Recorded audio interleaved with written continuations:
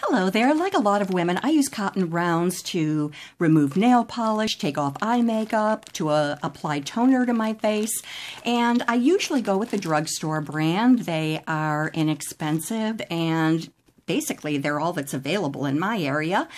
But I was sent these in order to test and review and show them to you from a company called 4Pro.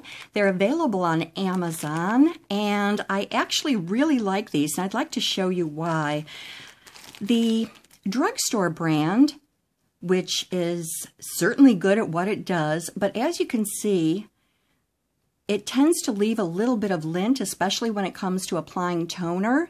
These are more like an enclosed pillow that is lint-free, and it's still very absorbent, of course, being cotton, and the texturing, not unlike the texturing on these, really gets away the last bit of grime when you have this soaked with toner and swipe it across your face. So those are the differences between the two.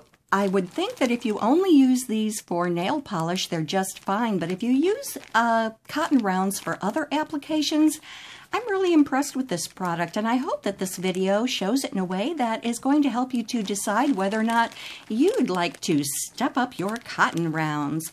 Thank you so much for watching.